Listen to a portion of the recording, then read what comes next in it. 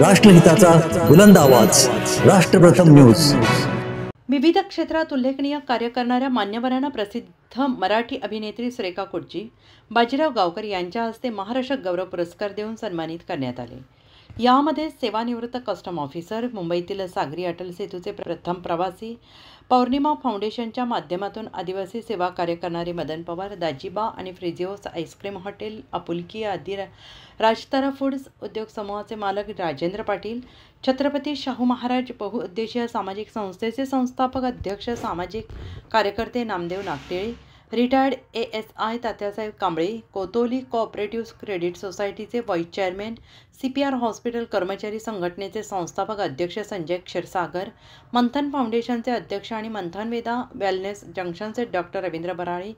सहाय्यक जिल्हा आरोग्य अधिकारी डॉक्टर उत्तम मदने, सर्वधर्मीय जयंती समिती आणि नाना नानी पार्कचे अध्यक्ष ज्येष्ठ